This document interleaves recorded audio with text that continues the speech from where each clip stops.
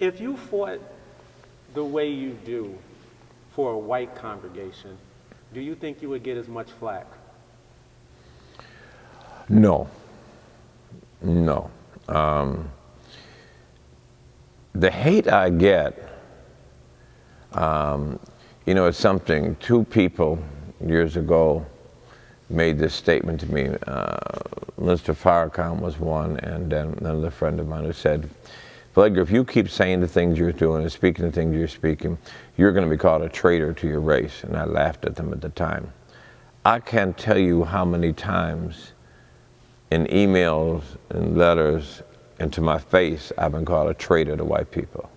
I said, wow, isn't this interesting? Because I stand up for justice issues, be it for white, black, or brown. I'm a traitor to my race. If I'm a traitor to the white entitled supremacist mentality, thank God. I am a white man who's in love with Christ and in love with the gospel that he gave us, which is a radical prophetic gospel. As long as I'm not a traitor to that, I'm cool with everybody who calls me, because the people that call me are people from the outside. They don't know me.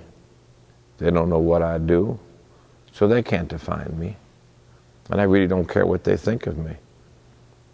When I get up in the morning or when I go to bed at night, there's one person I want to please.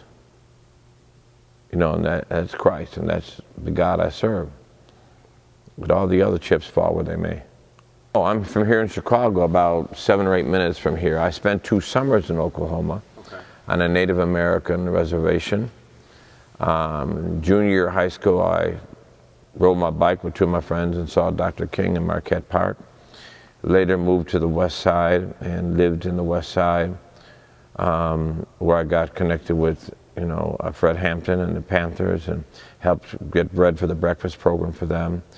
And Dr. King became my mentor after junior in high school, because after I saw him in Marquette Park and saw his power, and saw all the hate and all the name calling and the rock throwing around him not control him, but him continue to speak as one of love and of our brothers and sisters.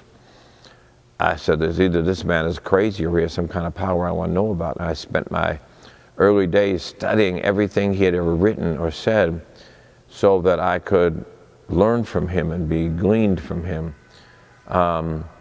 Spent a lot of time with Mrs. King and the King family down in Atlanta, you know, learning his stuff and reading his papers. And you know, he is indeed my mentor. You know, people like Harry Belafonte, work with him, are friends and mentors, the Cornell West, the Joe Lowrys. These are the folks that helped mentor and shape me, the Louis Farrakhan's, and mold me, the Jeremiah Wrights, to become, learn from people I respected. And, you know, I've just tried to, for those mentors in my life, I want them to look at my life and be pleased, not be embarrassed. What's the most important thing you learned from Dr. King? Power of faith. Dr. King said that we can and we must pass laws to endure civil rights, to make segregation wrong, to make the holding back from voting wrong, to do all these kind of, we have to have civil rights to end these things. But he said, there is no law we can pass to change the heart of humanity. That must be done by the people of faith.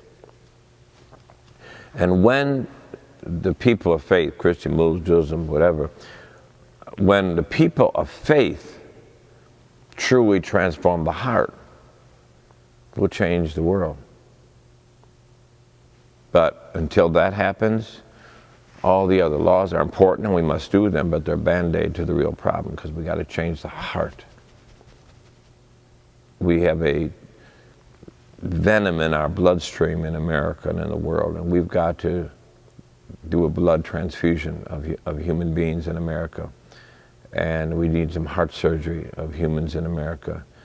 And we need to call America and the American people to their best, who've now become comfortable with their worst.